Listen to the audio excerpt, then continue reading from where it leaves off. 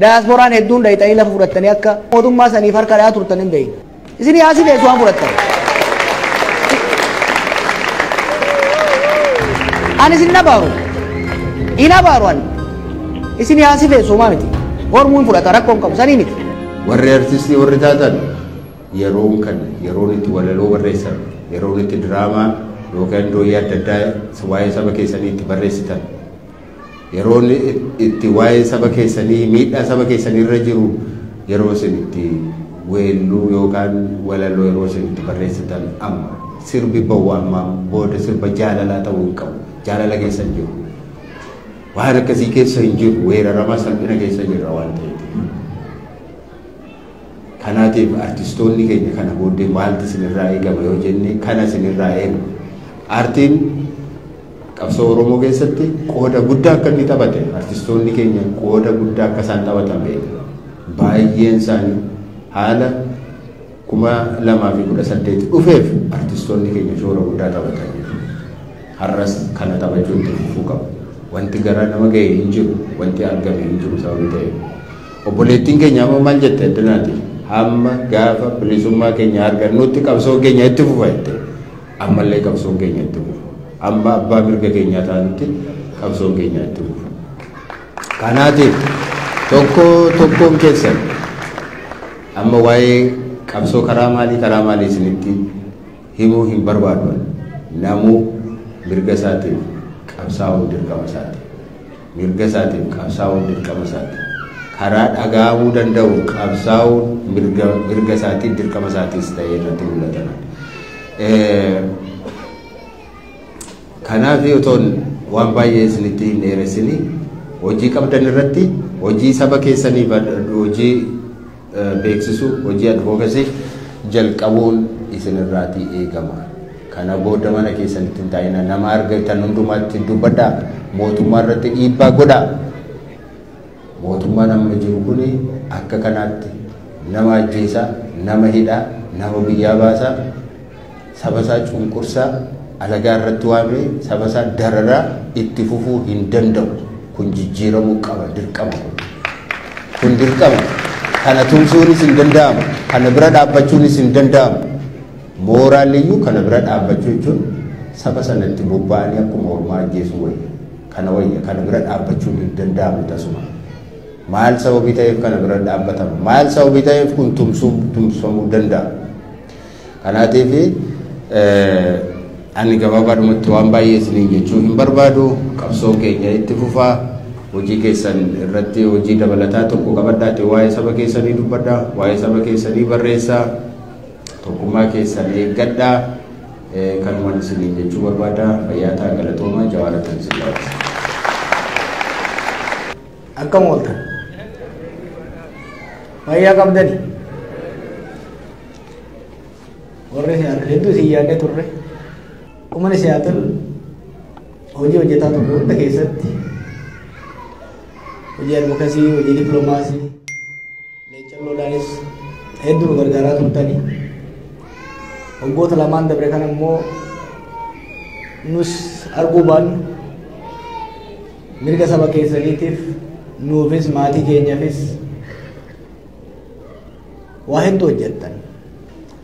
Gabaasa abduun dhiyeesse irra xiqqaa kanuu waanuu beeku jechuudha. Kanaaf galatooma baga keessan taane baguma keessan taane jechuudha. Baguma keessan taane baguma isinirraa dhalanne. Hedduun keessanidhaa keessa turtanii qabsoo keessa turtanii namni dhaan qammasiin baay'een jiru keessa hidhatti inni illee amma PhD fitee postdoc fellowship hojjetaa jira mana hidhaatti.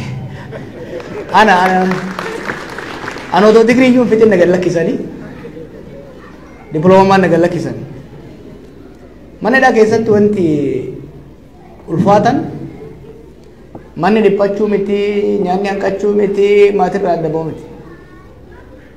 Uummanni ati nan qabsaa'aaf jettee saba isaati hidhamte sun gaafa ati hidhamte irraa kaasee si duuba yoo hin jiraanne, si duuba jechuun deeggaraa kee ta'uu osoo hin ta'in kaayyoo ati hidhamteef san bakkaan ga'u irratti cichuu yoo baate sagalee yoo ta'uu baate gaafas isheen of ta'a jechuudha.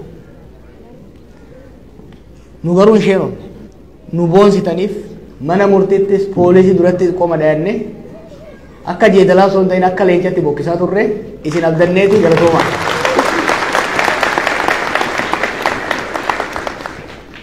Warri Siyaatil gumaanni nuuf gootan kan mallaqaan nu gargaaru advokeesii nu godhu qofa miti ilma namaa nu kennitan ilmaan namaa.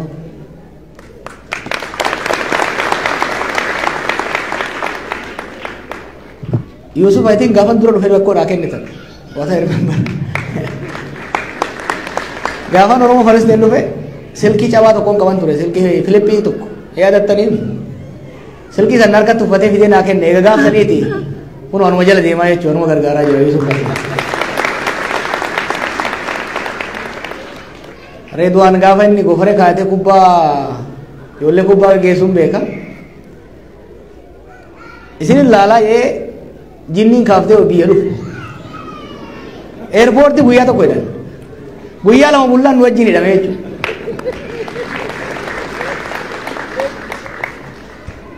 Ji'a lama moo sadii dhuge I think osoo Redwaanii fi Yusuf jiraachuu baatanii maatiin kiyyaaf ka Baqqalaa inuma facaa ture. Dhugaa isin jedhu.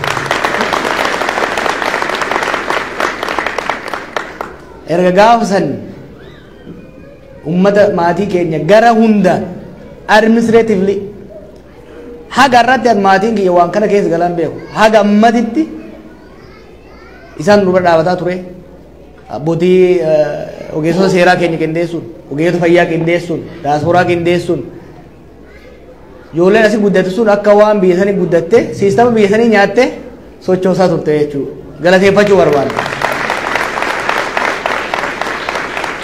Yusuf naaf Baqqalaa maqaa qabnaaf suuta deema beekta Yusuf isloo jennaan suuta deema dhufee eeguma balbala cufuu ka'an akka itti bara deema hojii dhufa maneedha san booda anillee dubbisu Baqqalaa dubbisa maal isin yaa fiduudhaan Baqqalaan tokko lama sadii itti hima tokkollee fiduu namatti hima kakalee itti himna dhiiseet boodarra what else jedhaan Kana what else fi Redwaan akka hawaasa kanaatitti gumaanni guddaan isin goonnitan ijoollee lamaan kana jechuudha.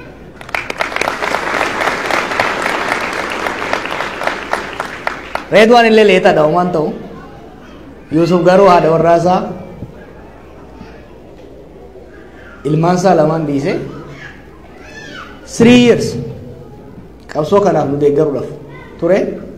I'm really sorry for his wife and his kids because I know what it means to be away from your loved ones. Thank you. Nagalateeffadha haadha warraasaa Na'imaa fi ijoollee isaa nagalateeffadha hedduu galatoomaa. Dubartoonni keenya qabsoo kana keessatti miidhaa dubartoota keenya irra gahu falmaa isaan godhan baay'ee nama ajaa'ibsiisa. Marsaa kana immoo galatoomaa jennee waggaa dhufnu yeroo hunda caalaa parsantii 50 isaanii qabatanii galma keessatti mul'ataa jiranii jechuudha. Akka milkoomnu kanaan hin beeka. Gaafa dubartoonni galma guutanii daa'imman isaanii fidanii wacaan gurra keenya quntuutan akka hojjennu akka milkaa'u waan hin beekuuf galatoomaa jechuun hin barbaadu dubartoota keenya. Ashaa Gobanaa immoo kumachuun barbaada yeroo lama Oromiyaa dhufte osoo nun gaafatiin deebite. Jeneraalummaa kennineef jedhanii keessa hin jiru maaliif galee digirii fixuu waan hin barbaanne bachumatti irraa ta'u.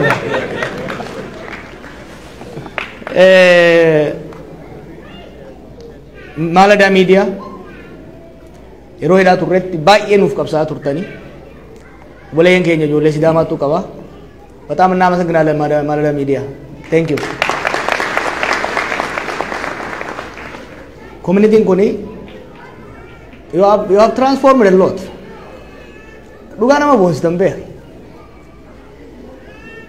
Rakkoolee ture hundarra dabartanii jaarmaa ciccimaa gootanii biyya kana keessatti bakka bu'oonni mootummaa kanaa hundi dhugumaan akka isin bakka bu'an godhuu danda'u keessaniif rakkoolee ilmaan keessan qunnamaa ture san hunda dabartanii ilmaan keessan baratanii bakka gahanii isiniifis nuufis akka dabruu danda'an godhuu keessaniif hawaasa Siyaatil hedduu nu boonsitan ammallee jabaadhaa jechuun barbaada. Akkuma bakkeen jee duula kana keessatti isin galateeffachuutti aansee waa'ee nagayaati ka dubbannu. Waan waa'ee nagayaa kaasofnu abbootii amantii taanetii miti. Qawwellee qabaachuu baannu sodaattuu taanetii miti. Biyya dhulka akkatti kaasuu dandeenyu hin beekna. Biyya quba takkaan dhaabuu akka dandeenyu qabatamaan beektan miti. Quba takkaan dhaabuu numa dandeenyu. Garuu biitti nuti biraa hidhamnee fi itti baane takka miti.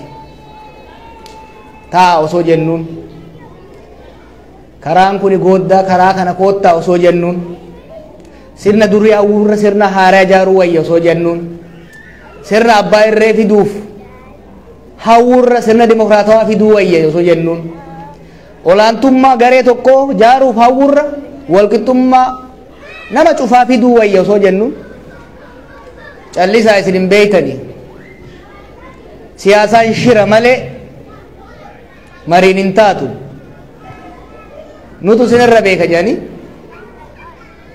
biyya daaraa godhanii ilmaan namaa akka baalaatti yeroo harca'u keessatti sabaaf sablammiin wal gaarreeffannaa guddaa keessa yeroo jirutti diinagdeen biyyattii kufee ilmi namaa waan nyaatee bulu caayaa keessa galu wayaa daara ittiin of baasu yeroo dhabe keessatti yeroo immoo waggaa gadi baanee laallu rakkoo waggaa lamaan dabree caala ka waggootatti dhufanii hedduu waan nu sodaachisuuf dhumaatii dachaa ta'e as deemaa akka jiru waan agarruuf balaan gaagaamni guddaan saba keenyaa fi ummatoota biyya sanii irratti dhufaa akka jiru waan agarruuf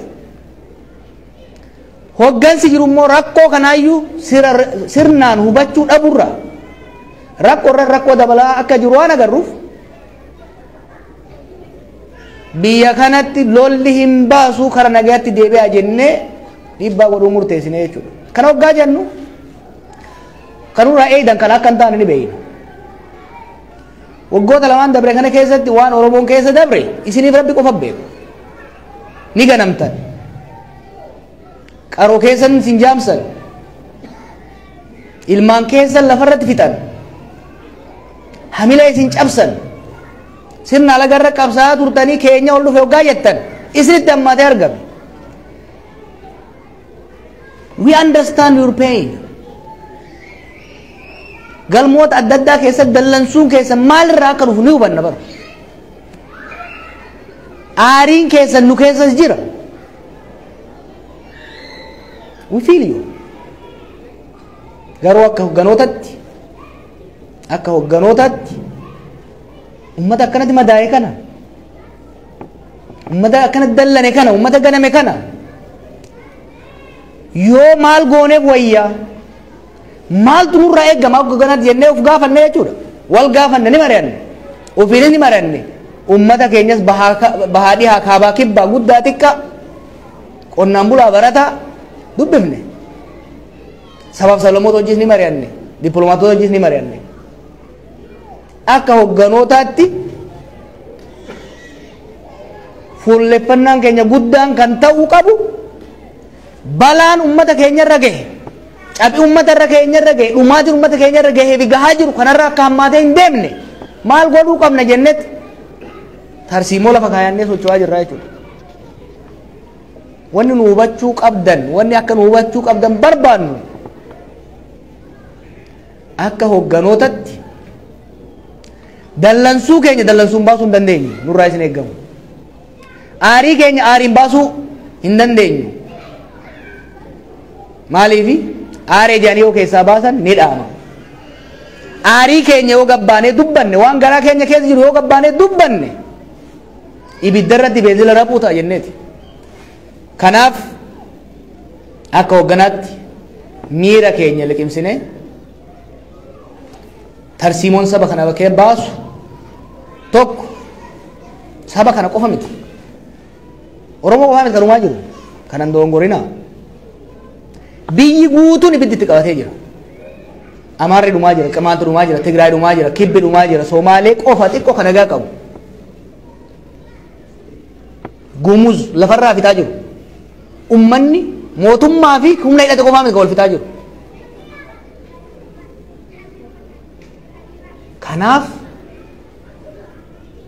yoo ummatoonni biyya sanii wal dhagayanii mootummaa irratti dhiibbaa godhanii mootummaan karaa balaa kanarraa dhaabbatee humnoota hunda wajjin kan mari'atu taate malee dhumaatii hama dhufaa waan jiruuf kana ofirraa hambisuuf tokko prioritiin kennamuu qabu lolli dhaabbachuu qaba warra Tigraay wajjin tak lola seenuu heddanii dhiisaa hoggaa jennuun maal nutti barreeftan nuun jechaa turan 2018 gaafa nan gale jara kanaa wajjin araara buusa reintegrate godha hoggaa jennuun nutti barreeftan jechaa turan ilmaan namaa kuma dhibbaatamotaan dhuman wal cabsine jedhanii deemanii biyyaaf ummata caccabsanii kasaaraan ammas ga'u erga ga'ee booda mariitti seenan waan gaarii waan hawwaa turre waan gaafachaa turre Oromiyaatti kun ta'uu qaba kuma dhibbaatamaan dhumuu qaba biyyi barbadaa'uu qaba How many lives do we have to give? How many lives need to be cut short? How much property need to be destroyed before we wake up? Kanaaf nuti ergaan ammas mootummaadhaaf dabarsinu lolaan sirni abbaa irree ijaaramu hin danda'u. Itoophiyaa keessatti amma booda sirni abbaa irree gateettiin sirni abbaa irree baadhachuu danda'u hin jiru tokko. Olaantummaan garee kamiitu ijaaramuu hin danda'u. Kana qabatamaan mul'atee jira jechuudha. Kanaaf Oromiyaa keessatti Beenishaangul keessatti Kibba keessatti lolli barka isin dhagaa jirtan kun qofaami kan jiru lolli dhaabbachuu qaba akka kaafaa'ottis akka hogganoota Oromoottis akka lammiilee biyya saniittis prioritiin guddaan nu amma qabannee deemaa jirru stop the war one lolli erga dhaabatee booda maaltu lolatti nu fide akkamiin gara fuulduraa akka waliin lolle goona sirnaa fi seera kamii yoo deemne wayya aangoof dinagdee akkamitti qooddanna kan jedhu mariitti seenamaa jechuudha akka kaafaa'utti karoora nuti qabnu biyya saniif uummata saniif Oromoo fi saba sablammii biyya saniitiifis sirna federaalawaa ka uummatoonni qe'ee ofiitti itti bulchan biyya immoo waliin bulchan humnaan osoo hin ta'in mariidhaan waliigalteedhaan ijaaruu qabna. Sirna kana ijaaruudhaaf immoo abbaa irree sirna abbaa irreetiin uleen shimalaan qawween osoo hin taane malaa fi tooftadhaan ilaaf ilaameedhaan ta'uu qaba. Kanaaf immoo sirna dimokiraatawaa ijaaruu irratti fuulleffachuu qabna. Jenneet kan deemaa jirru jechuudha. Kana kan jennu haala hamaa biyyi sun keessa jiru. I cannot emphasize enough. Maaliifi biyya sanitti farrisuun barbaadu. But I see things. Rakkoon biyya sanitti dhufaa jiru. Finfinnee nama taa'utti mul'atu isinitti wayya baay'ita. Finfinnee is a bubble. Rakkoon hoggana biyya sanii they live in a bubble. In a sheltered place.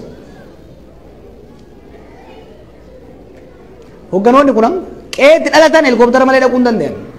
Finfinneetti garuu rakkoon itti mul'atu. Biyya san balaa hamatu deemaa jira. Akka amantii keessatti rabbi kadhadhaaf. Biyya san hoggaan isin jedhu abstract miti real uummata isin jechaa jira. Ayyoo baabboo keessan obboleessan keessan olla keessanitti rakkoo hamaa deemaa jira. Rabbi kadhadhaaf. Hamma dandeessanitti keessattuu diasporaan hedduun dhayxanii lafa fudhatanii akka mootummaa saniif harka dhayaa turtan hin beeyne. Isin yaasi beesu waan fudhattan. Ani isin nabaaru. ina baruan isini hasife somamiti ormuun fudhata rakkoon qabu sanii miti garuu jara mootummaa sanitti yoo dhiyaattan wannummaan fudhatan sun akka isinii sifa yoo barbaaddan taate lolli kun dhaabachuu qaba jechuudha.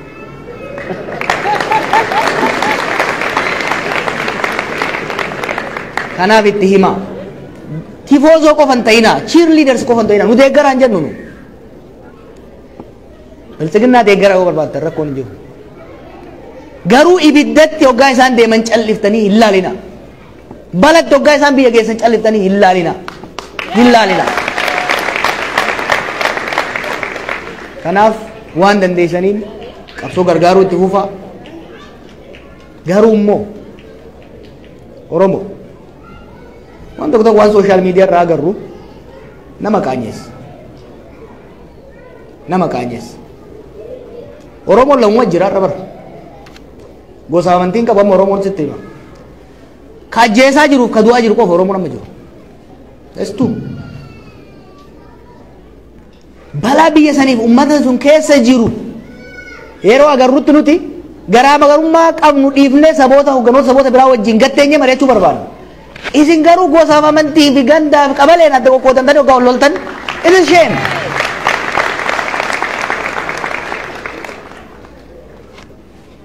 don't kill yourself ufitti qoosina bakki namni irraa dhumaan jirre bakki namni irraa hidhamaan jirre bakka namni irraa buqqa'aan jirre bakka namni beelayaa hin jirre dur magaalallee nagaa qabdi bara magaalaa irratti namni ajjeefame bulaan kan hunda beelli rakkoon hiyyummaan hammaataa deemaa jira rakkoon amma dhufaa jiru beesanitti isi universal problem biyyatti guutuu waliin gahee deemaa jira kanaaf immoo holistic approach deemuu danda'uudha qabna jechuudha yeroo rakkoonuu tokko nu godhaa jirtu kanatti ummanni keenya diaspora gargaarsi guddaan isin godhuu qabdanii waan biraa yoo nutti hafe rabshaaf jeequmsa qoo nutti gadin argina rabbi yaati waliin jeeqixanii nun jeeqinaa nu rakkoonu nu jeeyitee jirti ummanni waan isin hin jedhu nu duutii nutti hammaattee jirti hidhaan nutti hammaattee jirti hiyyummaan rakkoon nutti hammaattee jirti wal jeeyitanii mataa nagaan hunda erginaa isin hin jedhanii galatooma. Galatooma ulfaataa bee hamlee kennaa biyyaadha.